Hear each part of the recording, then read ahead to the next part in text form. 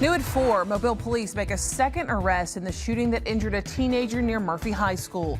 We've got the latest on the investigation coming up. And then state lawmakers are debating a bill to crack down on fraud in SNAP and Medicaid. But could new cross-checks hurt those who need help the most? The debate is next. And we are tracking rain moving into the forecast area. It should spread in tonight, and we could see rain for a number of days in the forecast. We'll look at that and that southeast winter storm that's brewing too coming up. First on the Gulf Coast with breaking news and weather. Fox 10 News starts now. Hello there, and thank you for looking in on this Wednesday. I'm Shelby Myers. Lenice Lagon has the afternoon off. Thanks for watching Fox 10 News at 4. First and new at 4, Mobile police have made a second arrest in connection to a shooting that injured a teenager near Murphy High School following a basketball game on January 9th. 19-year-old Jaquan Ramsey was arrested and booked into Metro Jail around 9:15 this morning. Mobile police say Ramsey is accused of shooting the teen. He's charged with assault and shooting into an occupied or unoccupied vehicle.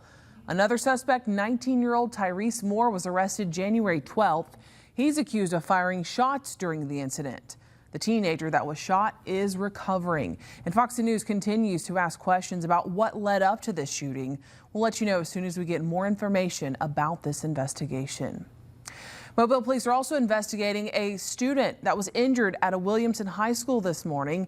Police say they responded to a report of a stabbing, and once on scene, investigators say a student was cut and suffered minor injuries.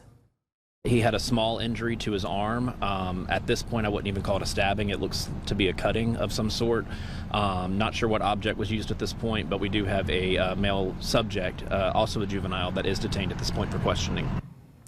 Renee Phillips, a spokeswoman for the Mobile County Public School System, tells Fox 10 News that the incident involved a fight between two students and that the victim did go to the hospital. Quote, "The safety of our students is our top priority," she says, and our administrators acted quickly to get the situation under control. This is in a text message she wrote to Fox 10 News. She goes on to say, "We will not tolerate fighting at Williamson High School." And then Phillips added that all other students are safe and they immediately resumed their normal class as scheduled. A contractor is dead after a tragic accident at a Mobile County steel plant. 38-year-old Johnny Fabo Rosario fell about 100 feet through a roof panel at the SSAB facility on Highway 43 yesterday. Investigators say Rosario was not using safety equipment while working on the roof. We're told he stepped on a panel that gave way and he fell, hitting his head on a metal staircase. The Mobile County Sheriff's Office has ruled his death accidental. Fox News is checking to see if OSHA is investigating since Rosario was not using safety equipment while working on the roof. A former employee for the Pritchard and Chickasaw water system pleaded guilty this afternoon to his role in a massive fraud conspiracy against the utility. Randy Burden is the first of several people expected to admit guilt in the long-running investigation into the Pritchard Waterworks and Sewer Board. Burden pleading guilty to 3 counts: conspiracy to commit mail fraud and wire fraud, conspiracy to commit money laundering, and bank fraud. These charges stem from an investigation that included raids on the Water Board headquarters and the home of former operations manager Nia Bradley. Burden admitted he conspired with Bradley and others to embezzle money from the utility. The bank fraud count references a nearly $14,000 check from November of 2019, but prosecutors say his illicit gains were much higher. The indictment alleges Burden helped Bradley falsify payment authorizations and that the two laundered more than $960,000 in unlawful payments through their joint business B&B Enterprise. The business allegedly bought at least one rental property with stolen funds. Burden's attorney declined to comment. His sentencing is set for April. Now, Steve Jones is another business owner named in the indictment. He had been scheduled to plead guilty today, but asked for a new lawyer, which the judge granted. SNAP and Medicaid are 2 federal government programs that state lawmakers are looking at closely in the legislature. A bill that passed through a Senate committee today would add cross-checks, that is, to those 2 programs. Alabama political correspondent Jessica Umbro joins us live from outside the State House. Jessica, what's the goal of this bill? Well, for those who support it, they say Senate Bill 61 would help to make sure that people who are using SNAP or Medicaid are not taking advantage of it when they don't need it. However, there was disagreement on whether or not this bill would actually negatively impact state agencies and Alabamians who really rely on these programs to get by. Now, the bill would require a variety of state agencies to do checks about information regarding households enrolled in SNAP and Medicaid monthly. That includes death records, changes in residency, and incarceration status. On a quarterly basis, they would have to look at changes to income or disability status, among other measures. These measures would determine if enrollees are eligible to stay on SNAP and or Medicaid. Lawmakers estimate that the bill will cost roughly $16 million to implement. That covers determining eligibility for both programs. They also say the bill could decrease SNAP enrollment over time. Democratic Senator Linda Coleman Madison says she's worried that the changes would negatively impact Alabamians who need the programs. But Republican Senator Greg Albright says the state needs to make sure that only those who need the assistance are the ones getting it. You're going to always have those people that's going to take advantage of the system. Whatever it is, you know, they spend their time. That's what we need to be focusing on, and that's what I'm hoping that we can get to without causing undue harm. Waste, fraud, and abuse are real. Those are real aspects, and we have to watch and care for those programs that we're funding to help those that are truly in need and to prevent those that are taking advantage. Now, a point of contention that kept getting brought up was the U.S. Department of Agriculture's posted SNAP error rate. So this is basically the percentage of people who are on SNAP who either get too much or too little assistance of what they would need for the month. Now, Alabama's error rate is about 8% as of fiscal year 2024, and the national average is actually about 10%. So Alabama is just below that. But that being 8% at all was a point of contention during this meeting, and it is sure to be as it continues through the legislative process. Live at the State House, Jessica Umbro, Fox 10 News. All right, Jessica, thank you. And with Senate Bill 61 passing the committee stage, it would be picked up for a full Senate vote at any time. All right, let's take a live look outside where it's a dreary kind of looking day out there. Just cloudy skies, overcast for sure if you're heading out and about.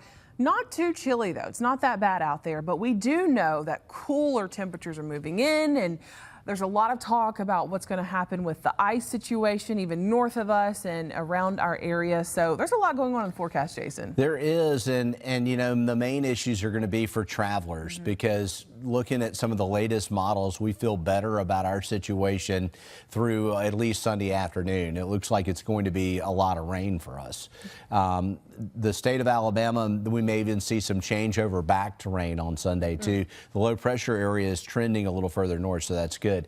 But we still expect cold air behind it, and we may actually have a hard freeze early next week. Oh, so something to keep in mind, even if you're here on the coast. Right. We could see some low 20s next week. That's what's currently in the forecast, and that is cold.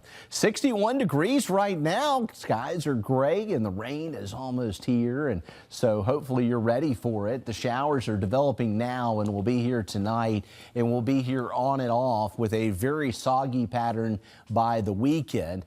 The major winter storm looks to be focused to our north. Now, checking out our forecast for the remainder of the evening, showers begin to develop really any time now, and we will be seeing temperatures leveling off in the 50s. It's still going to have a little bit of a cool feel to it, but not as chilly as last night. Where's the rain? Well, it's pretty much on our doorstep. You can see a lot of showers here over Louisiana and Mississippi, and it's all sliding to the east. And looking at the fringes of the area, up near Thomasville, some light showers near Campbell, a little north of Coffeyville. Not much yet in Greene County or George County, but in far northwestern Greene County, we may be seeing the initial batch of showers. It is raining back towards Hattiesburg, and the Futurecast brings the rain in overnight tonight. We're going to see those rain showers in the picture. Talking about the winter storm, it's still in the organization phase, so it's really going to be Friday before this thing begins to get going across the region. You see mainly just some rain showers in most areas on Thursday. Friday, pretty much the same thing, but Friday evening and Friday night, we'll see a lot of freezing freezing rain and sleet developing over the Arklatex, and that's going to quickly advance across the southeastern region as we head into the day on Saturday. Keep in mind, we're way to the south, so it looks like the most significant impacts are going to be up here from north of Jackson, Mississippi, up around Grenada to Oxford to Tupelo to Huntsville. The initial batch of precip, but we could see some issues and some icing around Birmingham, Atlanta. These will be things to watch out for because this still could be a historic ice storm for the southeast. I'll have more on that coming up. All right, Jason, thank you. The Downtown Mobile Alliance hosting a breakfast briefing this morning as we learn more about projects to improve the area. Fox 10's Stephen Moody was there, and he has an update on one ongoing project that's happening in downtown. It was a packed house at the Innovation Portal here downtown as we learn more about the St. Louis Street Complete Streets Initiative. The $17 million project looks to make St. Louis streets safer with new pavings, sidewalks, ADA ramps, and drainage improvements. And Wednesday's meeting was another step in the right direction for positive communication. The best way to manage the chaos of, broken streets and jackhammering is just to communicate and over-communicate. And the city of Mobile has done a great job of communicating with stakeholders that are affected by the project on St. Louis Street. The project has taken years of planning to help improve their entire corridor, which features 17 blocks. And with a big project happening near the heart of downtown, it was important to do it as non-invasively as possible. Construction can be disruptive, and we just want to do what we can to help make it as less disruptive as possible so that the businesses are not negatively affected. And as the project continues, we're starting to see the benefits of all of the hard work here in the area. Well, surveys have shown that the broken sidewalks and streets are a barrier and are an opportunity, and so I think the residents and the business community are supportive and appreciative and grateful. Stephen Moody, Fox 10 News.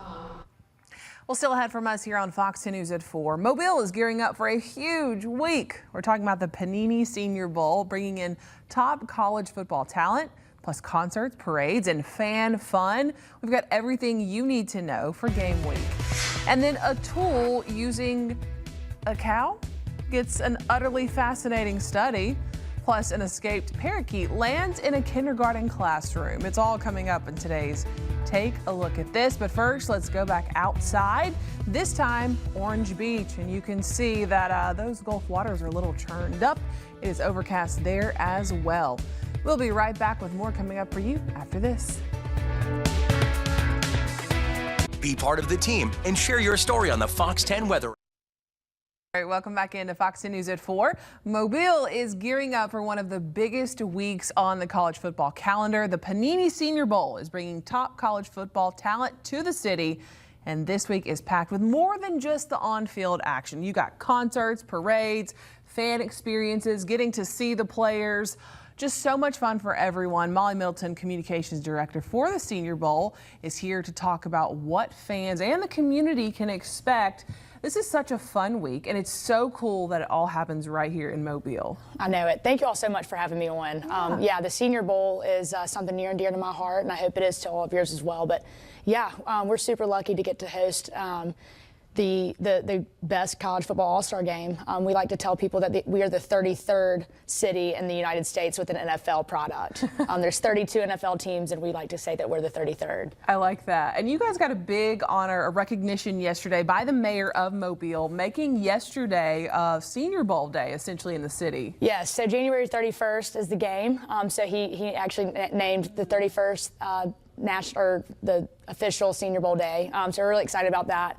We have such a great relationship with the city of Mobile and the mayor and the city council, county commissioners. So we're super blessed to have such a good relationship with them, and they're able to help us make this event happen as well. Of course, you've got the game, and that's what a lot of people look forward to. But walk us through what just makes the whole week so special beyond just that. Yeah, so we have a jam-packed week for sure. On Tuesday, we're doing our inaugural Panini Senior Bowl Panini Cook-Off. Say that 5 times fast. So come downtown and grab a team and some friends, and we're going to have a Panini Cook-Off competition, and the winners of that will be acknowledged in the game, so that'll be really cool. And then all week of practice, Tuesday, Wednesday, Thursday, is open to the public. And you can get real up close and personal with the players. They'll high five as they run off the field and sign some autographs and stuff. So that's really great, and we're excited about that. And then Friday is the parade and concert. We've got a really awesome committee that's helping us throw that parade. And as you can see on the TV right now, it's really, really crowded, a really fun night downtown. So really hope y'all come out to that. And then right after that, we've got a free concert downtown with Mobile's own Muscadine Bloodline. So we're really excited to kick that off with them. And then, of course, game day, January 31st. Tickets are on sale now, and you will not be disappointed. We've got some really high draft picks that we think are going to be coming out of this game. So it's going to be really, really fun. And did I hear yesterday, correct me if I'm wrong, that some of the practices might be a little bit later this year? Yes, thank you for asking. So if you were like me and grew up in the early, 2010s, your parents would have to pick you up out of school and play hooky a little bit to go see the players. But this year, you will not have to do that. Our practices, the American practice, which is more of the Southern team, so like Alabama will be on that team, that's from 4 to 6. So you won't have to play hooky to get to come watch the Senior Bowl practices this year, so we're excited to announce that as well. All right, cool. We've got, of course, concerts and all these different activities to do. Fellowship of Christian Athletes. Yep. They're going to be in town doing that with some of the players as well. As we're running out of time because I know there's so much to talk about. But if people want more information, if they want tickets, how do they get involved and learn about that? All of that is on our website at seniorbowl.com. We have a Game Central page on our website, and the gates open at 11:30. Tailgating opens at 11:30, and our Fan Fest is a really fun public tailgate. And then at 11:15, the players will walk into the stadium as like a walk of champions, like Alabama or Tiger Walk at Auburn. So you get another chance to high five the players, take some selfies, and get up close and personal with them. All right, so where'd you go to college? Who are you going to be looking out for? Any specific players or broad players? Yes, I root for Alabama. Okay. I went to Alabama, but during Senior Bowl, I put on my Senior Bowl goggles and I root for everybody. I just want everybody to have fun and get drafted as high as possible. I like that. And that's our goal. I like that. Putting Mobile in the national spotlight next week. It'll be so fun. Thank you so much for being here, Molly. Thank y'all for having us. All right, you can find more information and rewatch this interview again or share it with somebody who may want to go and doesn't know much about it. It's going to be on our website shortly after this newscast, so look for it there.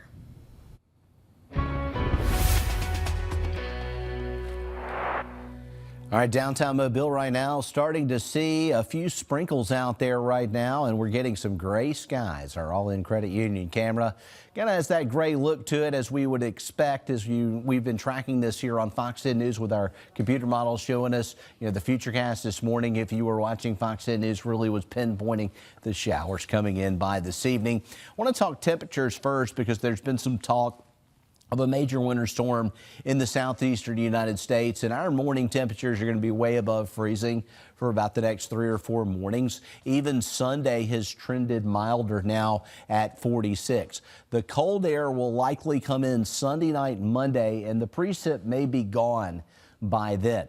But looks like the ice storm is going to be north of us, the main part of it. Let's break it down. First, the rain. Where is it? It's just west of us, and it's almost here. We're starting to get a few showers in northwest Greene County, northern Clark County. You can see the rain back towards Hattiesburg. High-res modeling is strongly suggesting that we'll have some showers around this evening and tonight, and that process will continue to be occurring tomorrow with showers and a couple of thunderstorms mixed in. It's going to be unsettled at times. There will be a lower rain chance for the Panhandle and a bigger rain chance for places like Mobile, Leakesville, and Jackson. So we do have heavier rain possible, and that's going to come in the forecast. The Futurecast has that wet look to it for Thursday, and I want to break down the possibilities of this winter storm. It looks like it will begin to come together Friday evening over Arkansas, and then by Saturday morning it will begin to spread across northern Mississippi. Now, we're way down here, so you can see the dividing line between rain and frozen precipitation, and there could be a wide swath of freezing rain and sleet. This could be a real mess. The atmospheric profile, there's just a shallow layer of cold air with warm air over the top of it. So that means freezing rain and sleet for places like Memphis, Oxford, the Mississippi Delta, southern Arkansas. We're thinking now that if the low takes more of a northerly track like the European model suggests, we may not have as much winter weather in the state of Alabama. Even Birmingham up to Huntsville may be all rain on Sunday. You can see Mississippi really gets it bad. And no cold air mixing with the precip on the back edge according to the Euro. The GFS model does show that a little bit here. And as far as accumulation of ice, this has changed some. You see Birmingham is now at 0, Atlanta a half an inch, but still significant icing for the Carolinas. Memphis, Little Rock, Shreveport, we could see a high impact event for travel and power outages north of us. As far as rain chances go, they're at 40% for tomorrow and for Friday. Saturday at 60%, and we've ramped the rain chance up to 80% on Sunday. Temperatures near 60 degrees, but it will be colder at night, and the trends are pointing towards a hard freeze next week behind all this rain. All right, Jason, thank you. A cow with a unique skill is now at the center of a study that says its use of tools to solve its hard-to-reach scratching problems puts it in a very exclusive company. Jeremy Roth has it in today's Take a Look at This. A newly published study starring a very clever and very itchy cow can only be described as utterly fascinating. Look, people, if you don't like cow puns, you might just want to move along. The study was inspired by Veronica, a cow in Austria whose owner observed it for years picking up sticks and using them to scratch hard-to-reach places on its beefy body. Researchers with the University of Veterinary Medicine in Vienna saw video of Veronica's scratchy solution and decided to milk it in a series of experiments using a broom, which the team says Veronica not only picked up and used, but varied her use between the smooth handle and the rough bristles based on where on her body she was scratching. The findings, published in the journal Current Biology, suggest not only was the crafty cow displaying true tool use, behavior only previously observed in humans and chimpanzees, but her displayed preferences and adaptability with the tool is evidence of highly intelligent decision-making, which raises the stakes of this bovine belly-scratching study even higher. In Canada, a classroom was the scene not of a study on animals, but instead an animal interrupting studies when an escaped parakeet flew into a kindergarten class and even landed on a teacher. That's according to a Facebook post by the St. Noel Chabanel Catholic School in Ontario, which shared images of the colorful parakeet perched in various places in the classroom before being corralled and taken to the front office. Named Snow, the bird was eventually returned to its rightful owner, but the school later said, "From classroom visits to office hangouts, we sure had fun spending time with Snow during her visit." For Take a Look at This, I'm Jeremy Roth. From a futuristic thriller where an AI judge decides the fate to a horror sequel that will chill you to the bone. Your weekend movie guide is next in entertainment news. Lexus of Mobile is proud to sponsor the Fox 10 Pledge of Allegiance. I pledge allegiance to the flag of the United States of America and to the republic that lives and stands, one nation, under God, indivisible, with liberty and justice for all. The Fox 10 Pledge of Allegiance, sponsored by Lexus. And more. Here's a look at this week's new movies with Fox's Ashley Dvorkin. I'm Judge Maddox, and this is the Mercy Capital Court. Chris Pratt and Rebecca Ferguson lead the thriller Mercy, set in the near future where a detective stands on trial for the murder of his wife and is given 90 minutes by an AI judge to prove his innocence. The horror sequel, Return to Silent Hill, centers around James, who receives a mysterious letter from his lost love, Mary, sending him back to the once familiar town. Watch carefully so you remember what you've seen. The drama H is for Hawk is about a woman who used to go birding with her late father and tries to train a hawk to help in her journey to heal. Expanding to more theaters is The Testament of Ann Lee, starring Amanda Seyfried as the founder of the devotional sect known as the Shakers. Seyfried received nominations at both the Golden Globes and Critics' Choice Awards for her performance. The one and only Mel Brooks.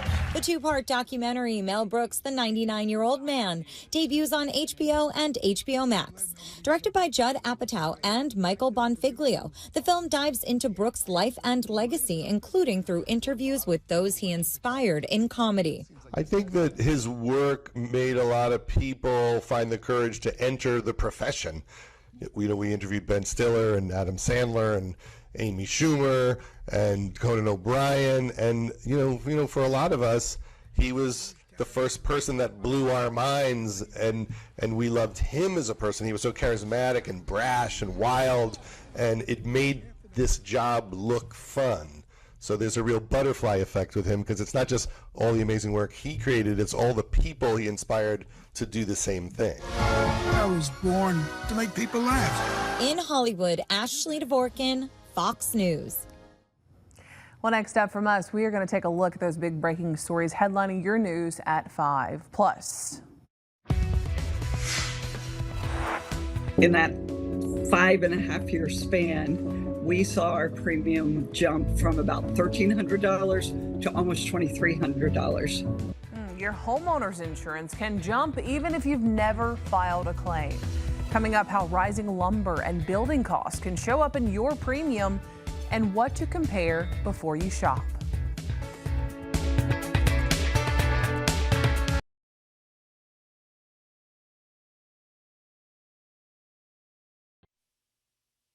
Committed to you. This is Fox 10 News. Welcome back in. Let's get your preview on what we're working on for Fox 10 News at 5. First, we continue following breaking news out of Mobile. A death investigation is underway right now on Victor Road. We'll have a live report. Plus, a massive great white shark is reeled in on the beach in Pensacola. We'll show you the incredible video and talk with the guys who documented all of it. You got to hear their story and see that video. Those stories and more in about 30 minutes from now on Fox 10 News at 5. President Trump says he will not use military force to take over Greenland, but it's not easing tensions on the Danish-owned island.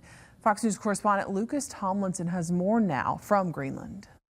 So we want a piece of ice for world protection, and they won't give it. President Trump spent much of his speech to world leaders in Davos criticizing Europe for blocking his attempts to take over Greenland, a Danish territory and the largest island in the world.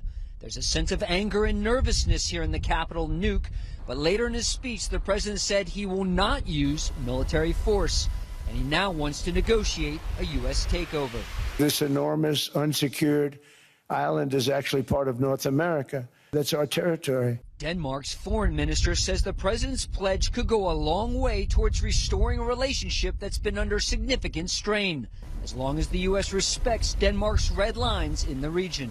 We are not starting any negotiations based on giving up some basic principles. We will never do that. On Wednesday, the EU protested by suspending its new trade deal with the U.S., and the UK could soon follow suit. Britain will not yield on our principles and values about the future of Greenland. And more economic retaliation could be coming if President Trump continues his push for Greenland. The future of Greenland is only for the Greenlanders to decide.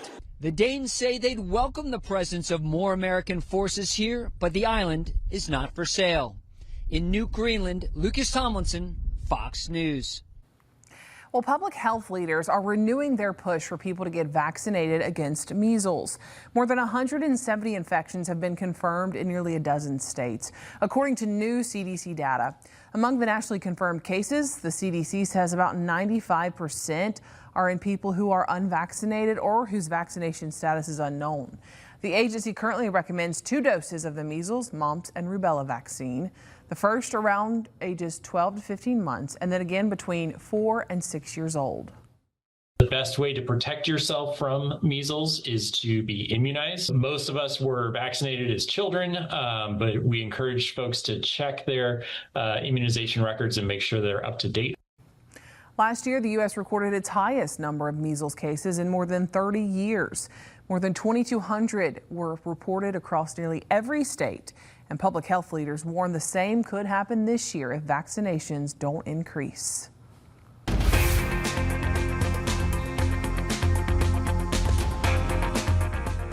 Homeowners insurance premiums can spike for a variety of reasons, and one major factor is the cost of building materials. In today's Watching Your Wallet, consumer investigator Carice Jackman speaks with a homeowner and a lumber industry leader about how rising material costs can show up in what you pay. Before moving to North Carolina, Cliff and Laura Pasuelo lived in Pennsylvania. We had only owned for 5 years, since 2019. And in that 5.5-year span, we saw our premium jump from about $1,300 to almost $2,300. In their case, they say it wasn't a hurricane or a flood that triggered the spike, but the cost of building materials and lumber.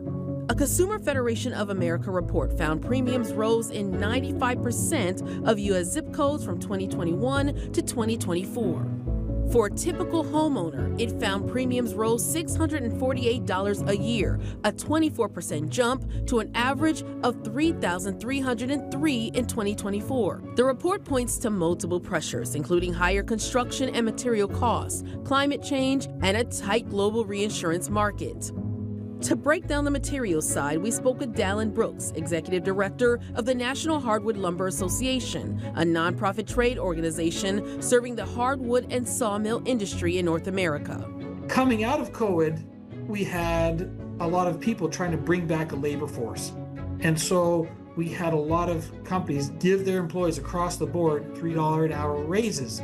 Everybody in the entire operation got $3 an hour higher raise.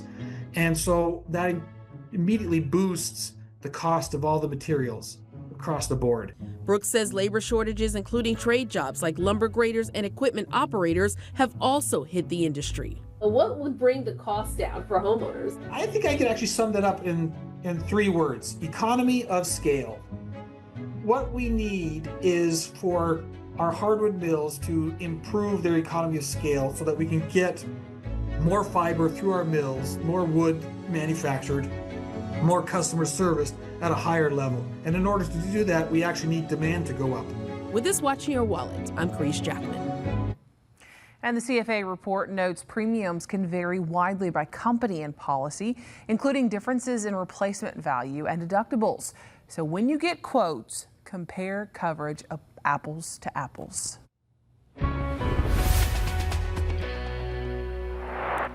Taking a look out there right now with our Eastern Shore Toyota Hyundai Camera, gray skies, and we've seen some light sprinkles.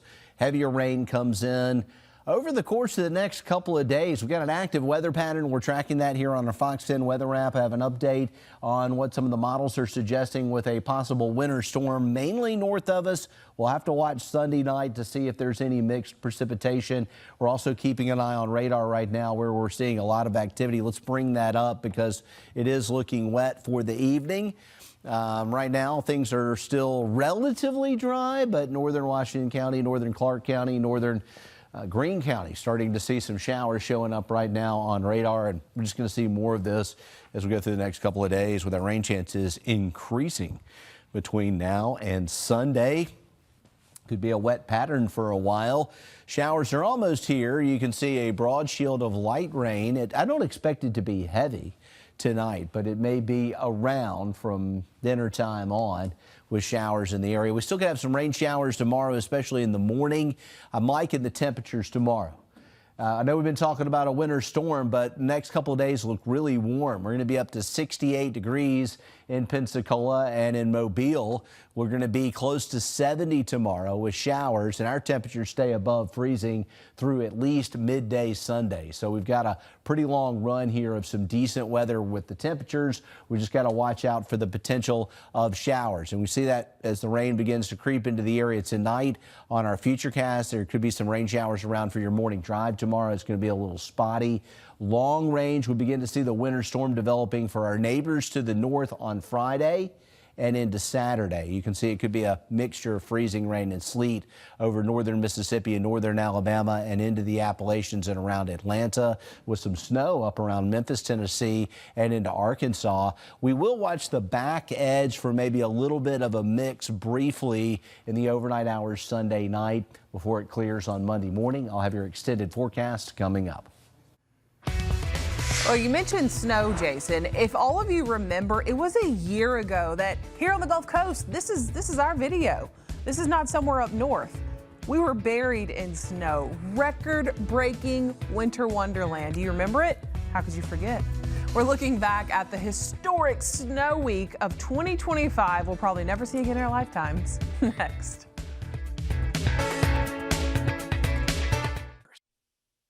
Okay, we were talking about this. Everybody is, right? A year ago, it was today. Snow covered the Gulf Coast. Nothing short of amazing. An incredible week of memories, and we had such an amazing time covering it. Our Lee Peck has a look back at the historic snow week that was 2025.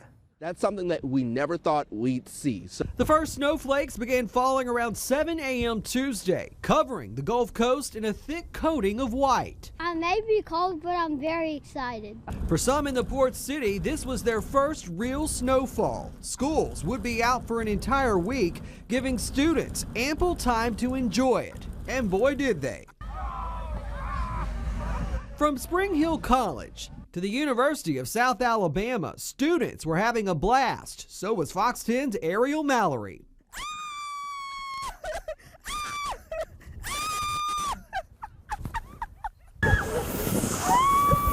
Across the bay, the snowy fun continued on the eastern shore. I was not expecting it this much snow. This is really amazing. Guys, what a winter wonderland Gulf Shores has turned into. Down at the beach, Baldwin County reporter Hal Sherrick, in my opinion, had the shot of the day. The sandy beaches still white but covered in snow. 1, 2, 3. And in Pensacola, a snowball fight. Live on TV, sisters Ashlyn Mitchell and Claudia Nichols showing us how it's done. And for everywhere in between, you, the viewers, helped us document the snow. Sending in your pictures and video. We saw it all, from snowmen to snow gators, snow angels before and after, to impressive igloos, the icy Mobile Bay, to the frozen bayou. Thank you for helping us tell the story. I noticed all the vehicles. Look at one of the storm trackers here, just covered in snow. By this point, it had snowed between 10 and 11 hours. You know, we're wondering who's going to flip the switch to turn it off. That's the big question right now. Is it still coming down? Dumping a record 7.5 inches of snow on the port city. Baldwin and Pensacola getting a little more, with Milton topping out at 10 inches. Then, of course, came day 2. One of the biggest developments, all that snow bringing down the domed roof of the Civic Center Arena, expediting the demolition process already underway. In some areas, driving nearly impossible as snow turned into ice. Black ice also a real problem. I went up the hill and I slid back down and hit a car, and then the SUV been sitting up there all night. Then came the deep freeze. I woke up with frozen pipes, my water not working or anything. Plumbers gearing up to fix busted pipes. It's been nonstop. We've been inundated with calls. As the snow melted, we also saw progress. The roadways improved and more businesses reopened. Fox 10's Frosty, his hours numbered. Still, like everyone else, will always have the memories of Snow Week 2025. In Mobile, Lee Peck, Fox 10 News. That was such a fun day. In a sense, we were stuck here. I couldn't go home because I was scared to drive across that bay. We were on the causeway. But so many people just had a blast out there. And so working a day like that just makes it even more special. I think we both went out to our cars to check on them at the same time. And I was out there with a broom sweeping like 8 inches of snow off my SUV. And I was like, I never envisioned that in Mobile, as powdery as the snow was, too. And we probably will never see this again in our lifetime like that. Yeah, probably not. I mean, that was a record breaker, probably a 1 in 250 year event or something like that. So. Crazy. We're not going to see it this weekend, though. Not this weekend. We've got rain on the way. We want to talk temperatures. We've got the possibility of some winter weather in the southeast, but this illustrates it's just going to be too warm through Sunday. Now, Monday morning, we're going to have some colder air. The precip may be gone, though. We'll see. That's questionable there. We may get the far back edge of it, but it looks like during most of the heavy precip, we're getting all rain as we head into the weekend. And we're going to need umbrellas, rain jackets, all that good stuff. Here it comes. Rain's almost here. We're seeing it over South Mississippi. We're seeing it over central Alabama, and it's about to spread into our forecast area, most likely around dinner time. And a lot of spots seeing this light rain breaking out. It's going to be light. It will pick up some at times tomorrow. Here's the futurecast, and it shows the showers in the area through 10 p.m. It will weaken as it moves to the east, so there is a lower chance for the panhandle and a more significant chance further west we go. Scattered showers are possible with a thunderstorm mixed in tomorrow. We'll see that again on Friday, still an unsettled pattern. Now, talking winter storm, where will it be? Well, it looks like most of the ice is going to be up into Arkansas, Louisiana, northern Mississippi, and some of the recent runs have shown less for Birmingham. Let's get a little bit more consistency under our belt before we lock in on that, though. Widespread icing still possible across the southeast region. Here is the forecast for us. We're looking at rain chances at 40% on Thursday and 40% on Friday. Highs around 70, still way above freezing. 64 on Saturday, upper 50s on Sunday. That's new. We've really tweaked that number up. Rain chance at 80%. Cold air comes in, but a lot of the cold air arriving about the time the precipitation shuts off. We'll see if we get a little bit on the back edge. Highs in the mid 40s Monday and a hard freeze next week. We could be in the low 20s on Monday night in the extended forecast. You're watching Fox 10 News. We'll have more right after this. We wrap up Fox 10 News at 4 with the good side. Books aren't accessible to everyone, and that's why a team from Northern Virginia is putting books in the hands of people all across the country. Stay tuned for Fox 10 News at 5 p.m. coming up, but first, here's Deborah Alferon with this one. The elementary school wanted a lot of children's books, so they're like chapter books. And then what books do you have? I have a lot of science books. Where do you think they should go? Tara Bonsall has always been surrounded by books. Growing up, I actually had asthma, and a lot of the times when people were playing outside, I had seasonal allergies. So I'd spend a lot of my time indoors, and books were what kept me company. At 17, she's still surrounded by books, but maybe a bit more. She's the founder and CEO of a now national nonprofit with the goal of making books available to everyone. Your nonprofit, the name of it is? Everyone's Library. And why is it Everyone's Library? A lot of times people think, oh, books are kind of for teenagers or younger kids, but we really want to make books accessible to everyone. The story of Everyone's Library began when Tara was about 11, in the midst of the pandemic. It all started through a Girl Scout project. I established a library at a homeless shelter. And this library, we just stocked it with a bunch of little books, and it was outside of the shelter. We talked to the shelter manager, and she was like, wow, the books are amazing. The shelter residents are loving it. I have so many other places that might be interested in having a library too. Fast forward, and Everyone's Library has now set up 50 outdoor libraries, given away 5,000 books, with more than 18,000 people turning pages across the country. It's grown to 20 chapters spread across several states. The libraries live near shelters, safe houses, and in neighborhoods where people don't have a lot. If kids are in hardship or sometimes things at home are a little bit difficult, books are definitely something that they can imagine a new life. There's so many possibilities from books. Books are really special in that way.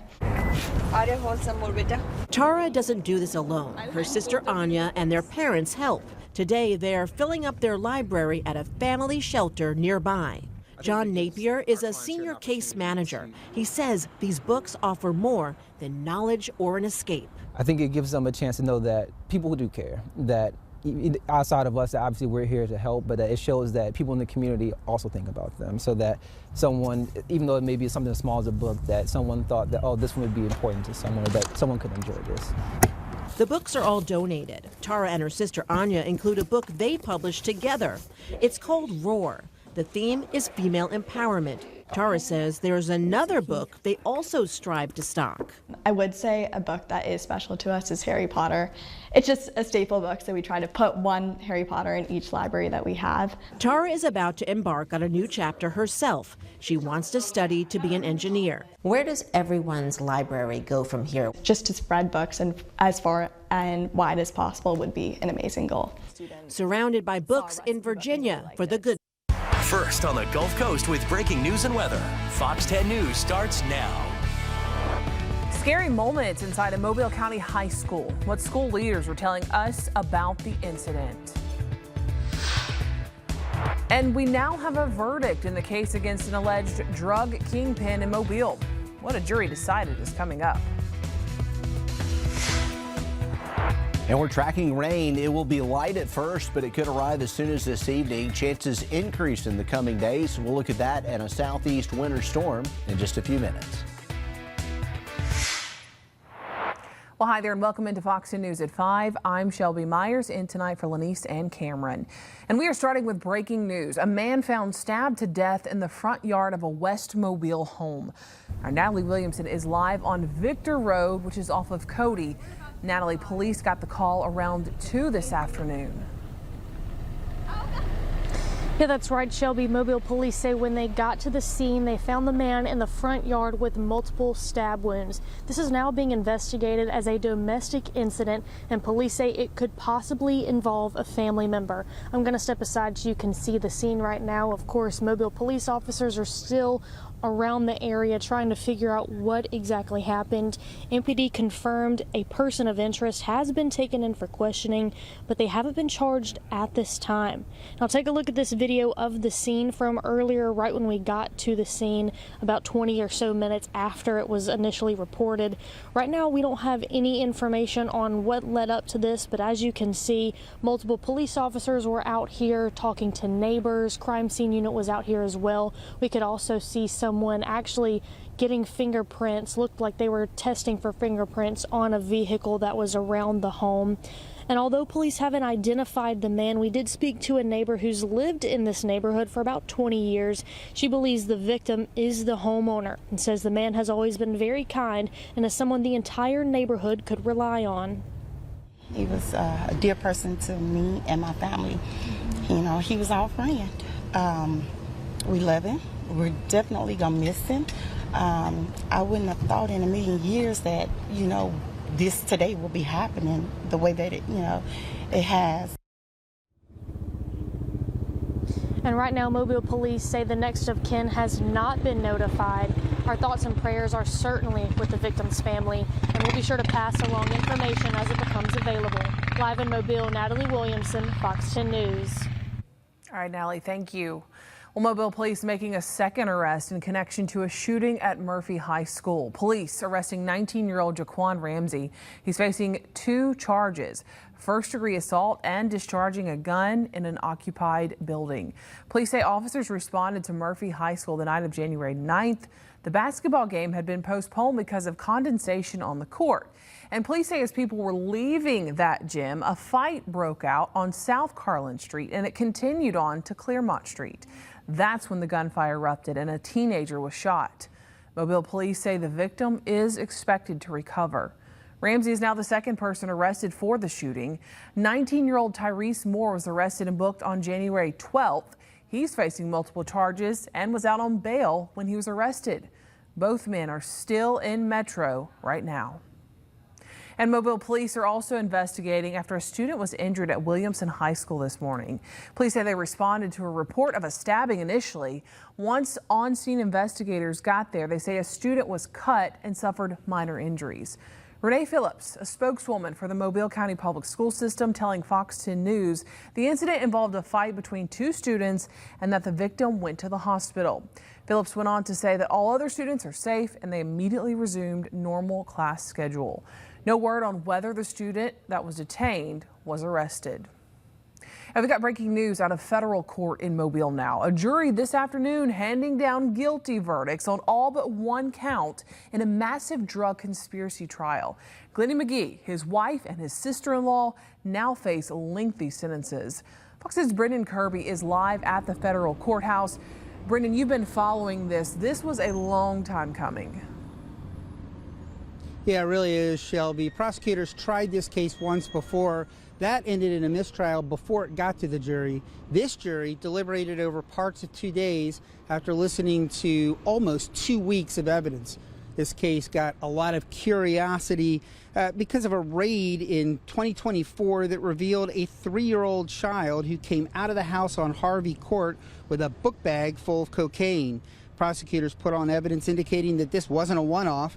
They allege that Glennie Antonio McGee regularly used children as couriers in an operation that sold large amounts of cocaine and fentanyl. They say McGee and his wife, Achanza Maxey, reaped millions of dollars from those sales and used the money to fund a lavish lifestyle of travel to exotic locales. The jury found them guilty of drug and gun conspiracy charges and conspiracy to commit money laundering. They say that drug money financed the purchase of multiple rental properties throughout the city and high-end jewelry. The jury also found that McGee's sister-in-law, Xaria Maxey, guilty of gun and evidence tampering charges, but jurors did acquit her on one count of illegal possession of a gun. U.S. Attorney Sean Costello praised the verdict and the investigation that preceded it. Xaveria's lawyer, Maxine Walters, expressed disappointment. People in Mobile may think that this is not a place that has a significant large-scale drug problem, and thanks to the efforts of our law enforcement partners, we tend to keep a lid on that, but it requires investigating these things. They take a long time to work up. We had wiretaps in this case. We had really creative agents who brought us evidence that we otherwise would not have been able to get, and that's what it takes. So I think that's a really inconsistent verdict. I'm not sure if the jury was confused or felt rushed. So I was disappointed to hear that, but the fight's not over. I am grateful for one not guilty verdict.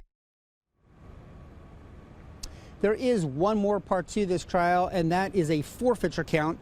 Prosecutors are arguing that the defendant should have to forfeit real estate, jewelry, and vehicles that agents seized during the investigation, and they're seeking a money judgment against McGee and his co-defendants of almost $1.7 million. The jury heard arguments on that this afternoon, and they will deliberate in the morning. Reporting live from federal court, Brendan Kirby, Fox 10 News. All right, Brendan, thank you. A former employee of the Pritchard board pleading guilty to his role in a massive fraud conspiracy against the utility. Randy Burden is the first of several people expected to admit guilt in the long-running investigation into the Pritchard Waterworks and Sewer Board. Burden pleading guilty to 3 counts: conspiracy to commit mail fraud and wire fraud, conspiracy to commit money laundering, and bank fraud. These charges come from an investigation including raids on a water board headquarters at the home of former operations manager Nia Bradley. Burden's sentencing is set for April. All right. Taking a live look outside. This is Orange Beach, and you can see that the clouds are just out in full force.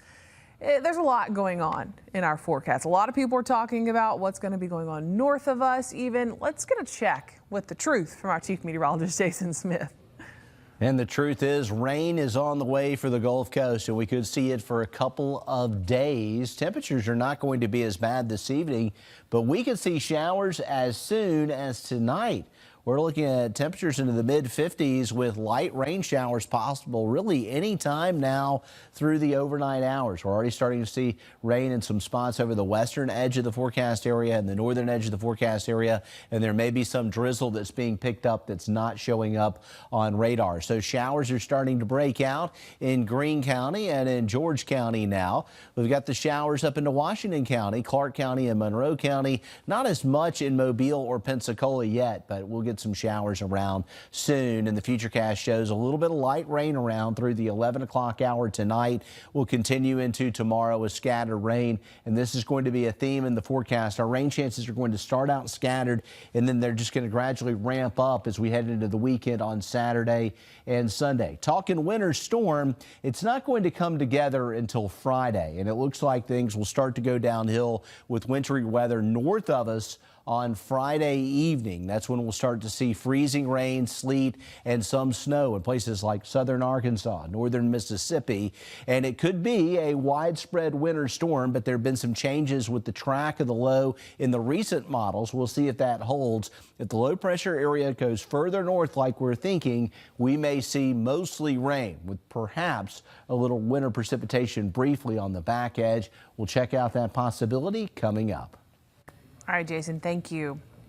The Baldwin County Commission taking a key step this week, adopting the Baldwin Beach Express 2 Access Management Plan. The updated plan addresses many needed changes since the first plan was approved 15 years ago. Our House Sherrick takes a look at those changes and how it will impact local industry and those who will use the highway. It's not a matter of if, but when the final phase of the Baldwin Beach Express will be built. By voting to adopt the new access management plan this week, the Baldwin County Commission cleared the way for significant progress. Right-of-way acquisition is very important to start the process, and so that's the first charge of business. And then just the layout of the new plan, it'll be a very beneficial highway for evacuation purposes, for hurricanes, and just the flow of traffic from the north end to the south end Coming from I-10 to be able to connect to I-65 has always been a crucial point. Baldwin Beach Express 2 will connect I-65 on the north to I-10 on the south. Along the way, there will be several major interchanges as highlighted on the latest map. There are critical changes to the design of the highway. While it will remain a divided 4-lane expressway, there won't be 90-degree crossovers and minimal signaled intersections. Instead, main crossroads will have diamond interchanges, and minor roadways will have a right-in and right-out design with U-turn brakes in the median for access. This is all to make the roadway efficient and safe. The character of the roadway is to move traffic north to south. We do not want plugged up intersections, safety concern style intersections to where you have at-grade crossings and plugged up with traffic signals over time. Baldwin County's growth has made this updated plan necessary. 15 years ago, there was still talk of a possible toll for this section. Novellis hadn't committed to the Baldwin County megasite, and there was much less industrial development in Loxley, adjacent to Truck Route 17. Another hurdle the new plan will clear is giving current property owners along the right-of-way continued access to their properties, saving the county a lot of money. We would damage those properties by damaging their value.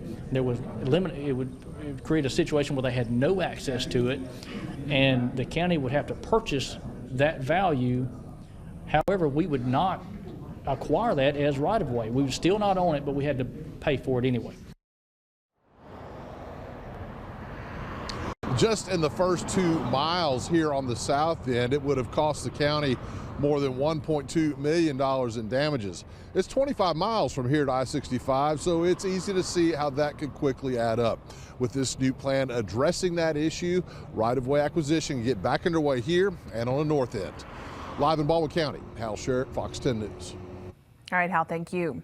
Governor Kay Ivey and AlDOT announcing new state transportation funding for cities and counties across Alabama. The awards are made through the Rebuild Alabama program, and this year's grants support 25 new projects worth more than $40 million in state funding. Since its creation, Rebuild Alabama has invested more than $260 million in transportation infrastructure statewide. For a closer look at some of the projects receiving this state funding this year, just head to our website, fox10tv.com. Well, several streets in downtown Mobile are going to be converted from one-way to two-way traffic. It's part of the Downtown Street Optimization Project. Scott Street and Bayou Street between Government and Congress will be converted from one-way to two-way. North Jefferson between Spring Hill and Congress will also change. The work is happening overnight, so it's not expected to affect traffic too much. You can expect the new two-way configuration by tomorrow morning.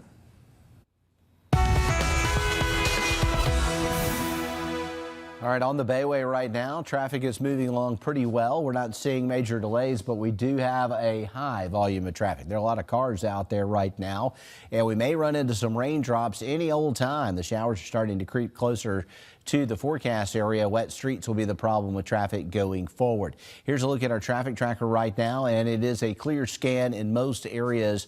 One exception to this would be, it looks like a brief slowdown around Airport Boulevard northbound on 65. I-10 looks pretty good between Mobile and Baldwin counties. As we zoom in there, you can see a little slow between Airport and Spring Hill Avenue. Things are fine on the Bayway. Looks good over into Baldwin County too on Interstate 10, despite the fact that we do have a high volume of traffic. And checking it out over towards Pensacola, things are looking pretty good here as well with no major delays, but we are seeing a lot of congestion with the in-town streets and the high traffic intersections. All right, Jason, thank you. More investigations are now underway in Minnesota. House Republicans are putting their focus back on welfare fraud tied to the Somali community in Minnesota. A former DHS investigator taking questions about his attempts to look into it. Democrats say many of the charges in the case were first brought by the Biden administration and accuse the White House of having other motives.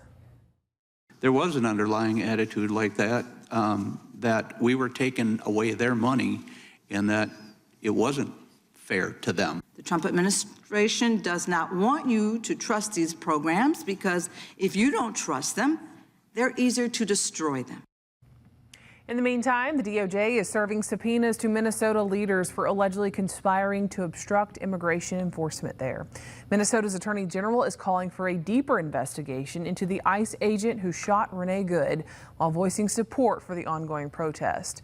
Vice President J.D. Vance plans to travel to Minneapolis tomorrow for a roundtable with local leaders. Well, still ahead from us, the Supreme Court is ruling a case that could shape presidents' power for years to come. And a year after the major snowstorm blasts the Gulf Coast, other parts of the country are facing a similar fate. We've got those stories and more when Fox 10 News at 5 continues. Committed to you. This is Fox 10 News. The Supreme Court hearing arguments in a major case that could greatly impact the independence of the Federal Reserve and redefine the limits of presidential power.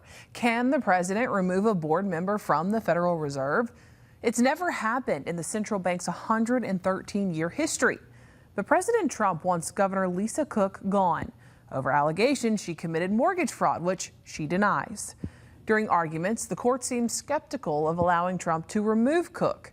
Several of the conservative justices pointing out it could lead to a number of firings during new administrations. The president's made it quite clear is Jerome Powell is bad at his job. As for whether or not Jerome Powell is a criminal, that's an answer the Department of Justice is going to have to find out. Once these tools are unleashed, they are used by both sides. All the current president's appointees would likely be removed for cause on January 20th, 2029 if there's a Democratic president.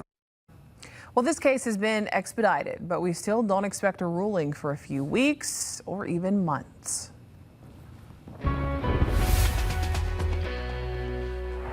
All right, we've been talking about a winter storm for the southeastern United States. It looks like the bulk of the significant icing is going to be well north of us, but we will be seeing some colder air eventually. And most of the weekend, we're going to see morning temperatures that are above freezing. Sunday morning's low has been tweaked up to 46 based on the current forecast. Of course, that can change a little bit, but as we get closer, the forecast usually gets more accurate.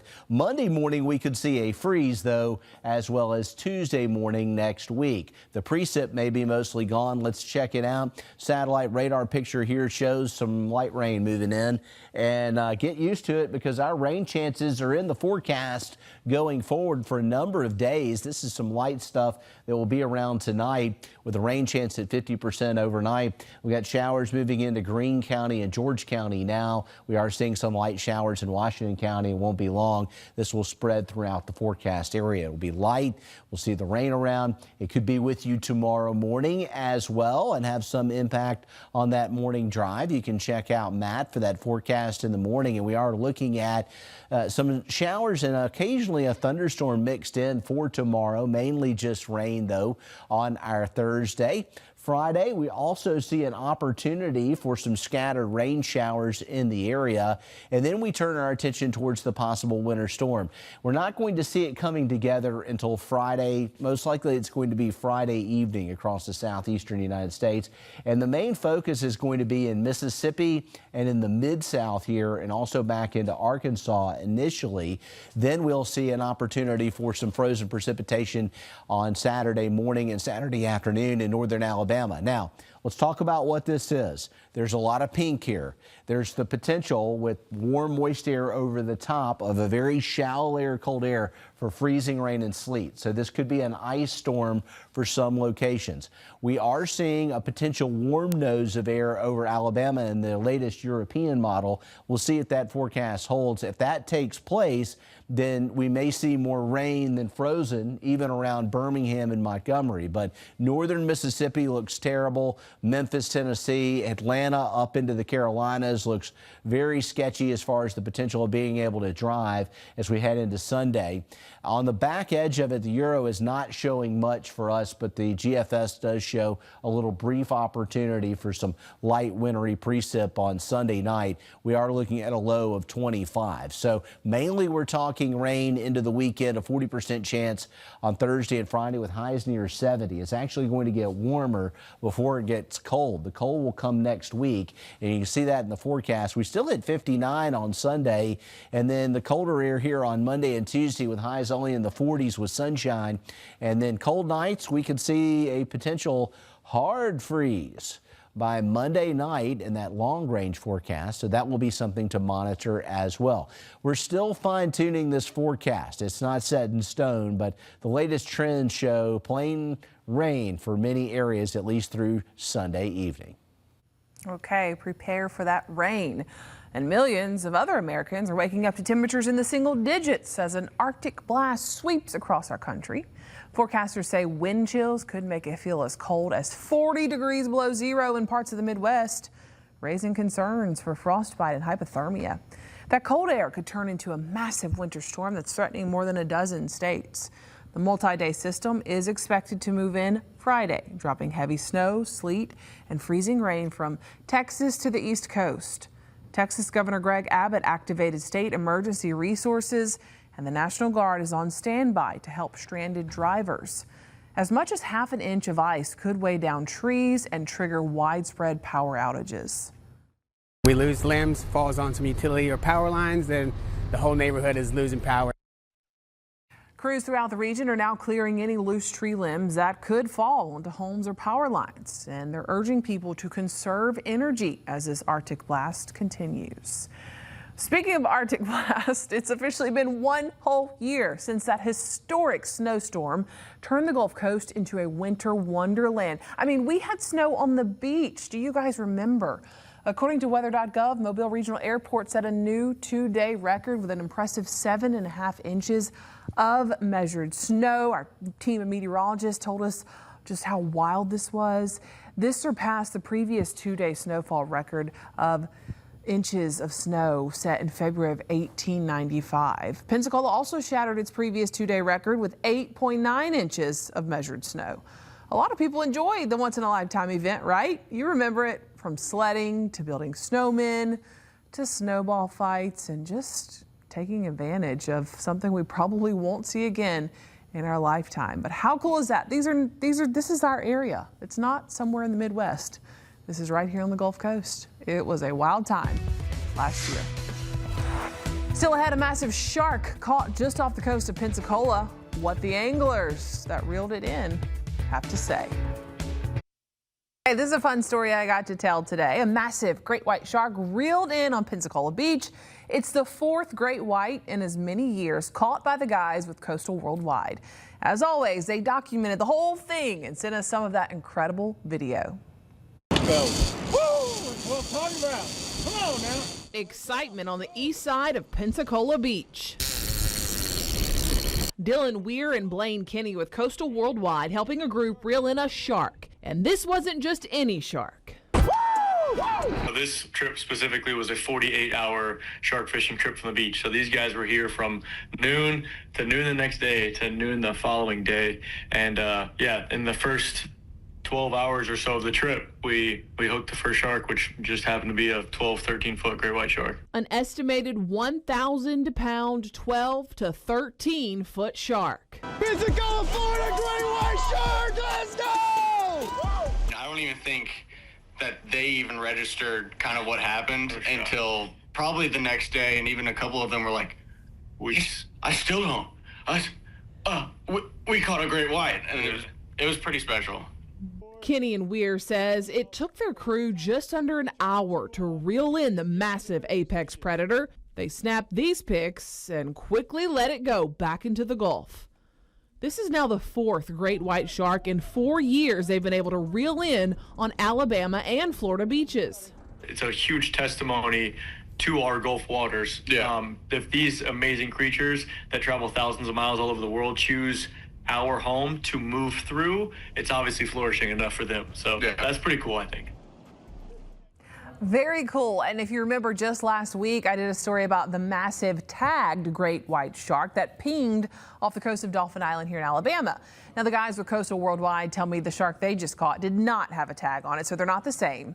But since they continue to reel in great whites from the shore, they're hoping they'll be given a tag to tag one next year. You can watch their full video on Coastal Worldwide social media pages. Well, still ahead, the Pritchard community celebrating the addition of a group of affordable homes. What one woman who will be living there is saying about the exciting opportunity. And the president is backing off of some previous threats he made regarding the dispute over Greenland. What he's aiming for now.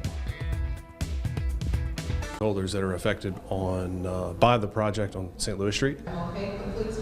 And the project has taken years of planning to help improve the entire corridor, which includes 17 blocks.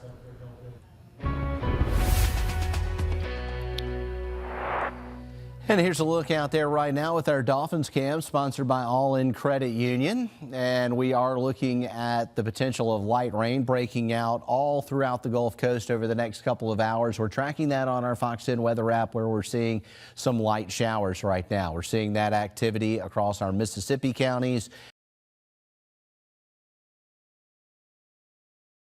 with a little light rain in the picture. We're also keeping an eye on the potential for a winter storm in the southeastern United States. The GFS model is a little more aggressive, with the potential of a little brief winter precipitation for us on the back end on Sunday night.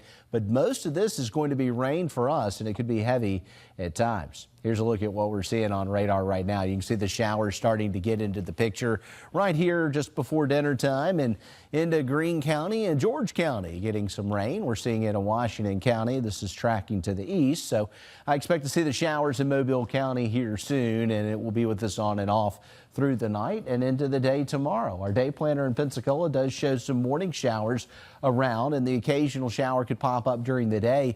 Temperatures are going to be really warm. I know that a winter storm is developing for the southeast, but we're going to be on the warm side of things, especially with the latest guidance suggesting that the track of the low may be north of us. We're at 68 in Mobile tomorrow, plenty warm, but we also will see some showers around, maybe 1 or 2 thunderstorms in the afternoon. The high-res futurecast is showing the rain spreading in overnight. It's going to be mainly on the light end of things, but it still could be around tomorrow morning. We'll take a look at that extended forecast in just a few minutes. Okay, Jason, we will see you then. Now, President Trump says he will not be following through on his tariff threat or using military force to take over Greenland. The president spending much of his speech to world leaders criticizing Europe for blocking his attempts to take over Greenland. The president says he will not use military force, and he now wants to negotiate a U.S. takeover. Denmark's foreign minister says the president's pledge could go a long way toward restoring a relationship that's been under significant strain. That's as long as the U.S. respects Denmark's red lines in the region. This enormous unsecured island is actually part of North America. That's our territory. We are not starting any negotiations based on giving up some basic principles. We will never do that. The EU protested by suspending its new trade deal with the U.S. The UK could soon follow suit. More economic retaliation could be coming if President Trump continues his push for Greenland. The Danes say they did welcome the presence of more American forces on the island, but say it is not for sale. There are new signs the U.S. may be moving toward normalizing relations with Venezuela. The president says new cooperation with the U.S. and major energy companies could increase Venezuela's oil revenue. It comes as a State Department official confirms that a diplomatic team is in the capital of Caracas to explore reopening the U.S. embassy, which closed in 2019. But there are still questions over who will ultimately lead Venezuela. For now, the White House says it's focused on reviving the oil infrastructure there. This week, American forces took control of a 7th tanker in the Caribbean. Democrats argue many of the president's recent actions relate to money. Venezuela is going to do fantastically well. The leadership of the country has been very good. They've been very, very smart. We're asking the president focus on America, not on Venezuela or Greenland, and focus on reducing costs to Americans instead of jacking them up. Secretary of State Marco Rubio is expected to testify on the Trump administration's actions in Venezuela at a Senate hearing next week. All right, looking at our traffic tracker, we've got one area of concern in Mobile, and that's northbound I-65, and there's some spillover traffic concerns as well. Folks are going northbound and running into delays right after Airport Boulevard, and you can see a lot of slowdowns on Dolphin Street too, especially westbound right here. But it looks like the core of the bad traffic is between Airport and Spring Hill Avenue around that Dolphin Street exit northbound. Southbound looks fine. Things look okay on the Bayway, and we're not seeing any major problems over to Pensacola. Looks quiet on the Bay Bridges and on the interstates. I'll have your forecast in just a few minutes. Thank you, Jason. Well, if it feels like everyone around you is sick, it might be the case. Doctors say this flu season is shaping up to be the worst in decades. CDC data finding the illness has led to about 230,000 hospitalizations and more than 9,000 deaths so far this season. And this includes 32 pediatric deaths. Health experts say a new strain is fueling the surge. Those experts point out a decline in vaccine rates also is not helping, as CDC data shows 90% of pediatric deaths happen in children not fully vaccinated. Children who are vaccinated have about a 70% reduction in hospitalization rates. Adults, more than 30% reduction in hospitalization rates. And all of this is happening as measles cases also rise, with CDC data showing infections in nearly a dozen states. Health officials are renewing a push for the vaccine. According to the CDC, the measles virus is one of the most contagious, affecting 9 out of every 10 unvaccinated people exposed. A warning now from a dermatologist who specializes in caring for cancer patients. A popular supplement used to promote hair and nail growth may interfere with lab results and potentially have an impact on treatment of the disease. It's a type of B vitamin that can be found in the medicine cabinets of those wanting to promote healthy hair. For cancer patients undergoing chemotherapy, biotin is a go-to supplement for many. One doctor says that while biotin itself is not dangerous and can be found naturally in certain foods, taking additional biotin through a supplement may affect a patient's blood work and mask changes in some cancers. By interfering with those lab studies, patients may actually get incorrect results that impact their treatment plan. Doctors say a safer alternative is FDA-approved minoxidil. It is applied topically and can speed up hair loss recovery time by up to 2 months. For patients who choose to stay on biotin supplements, doctors say to stop taking them 72 hours before you get blood work. Still ahead on Fox News at 5, a big day on Spring Hill College campus. What announcement came out of this meeting is coming up.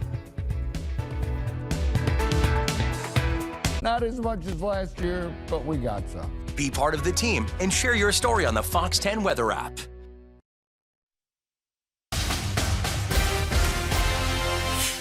A big day on campus for Spring Hill College. School leaders making an exciting announcement. We're announcing today that we're starting NCAA Division II women's flag football program. Last Friday. Yeah, that's pretty awesome. After 84 years, football returning to the Hill. Spring Hill College launching a new women's flag football program kicking off in the 2026-27 athletic year. The exciting expansion honors the college's football tradition while tapping into one of the fastest growing sports in America. With more than 300 teams competing nationally and women's flag football set to debut at the 2028 Olympics, Spring Hill College is giving female student athletes a dynamic new opportunity. I think it's a wonderful time for us, and we like to be on the forefront. We want to be in the front of launching something, especially when it's an absolute new athletic program.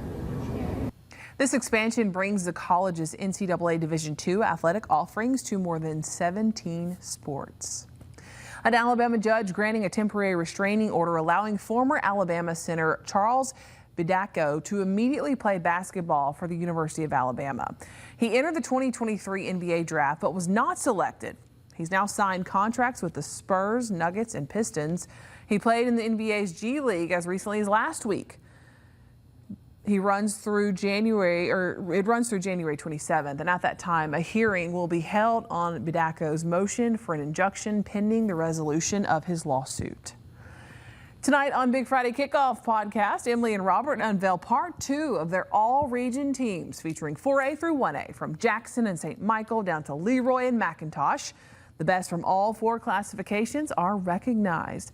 Last week, they released their selections for 7A through 5A and their 30 best freshman selections. You can find every episode on fox10tv.com and subscribe on Apple, Spotify, and YouTube so you can be notified when new episodes are released.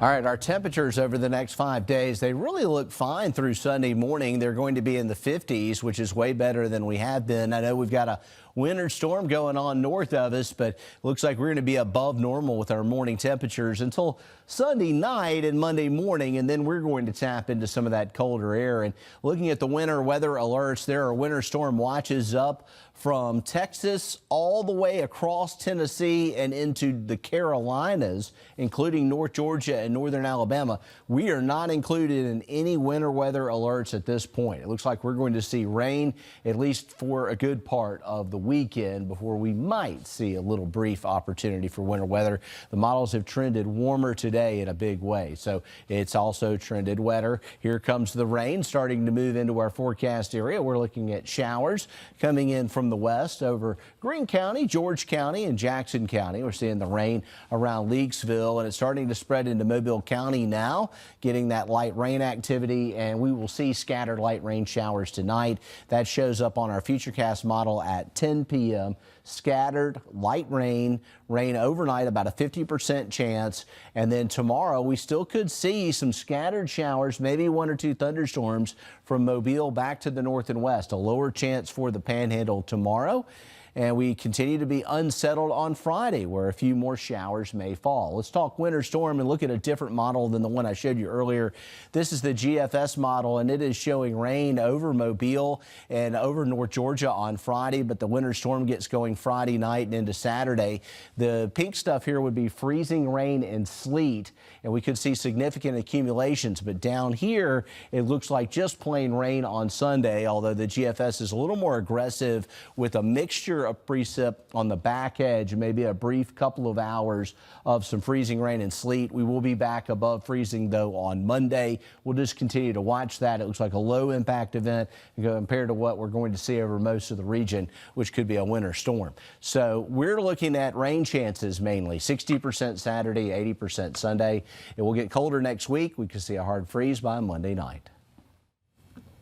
All right, Jason, thank you. A lot to go over in the forecast, a lot happening. So we've got another check on it coming up for you after the break as we leave you with this live look in downtown Mobile.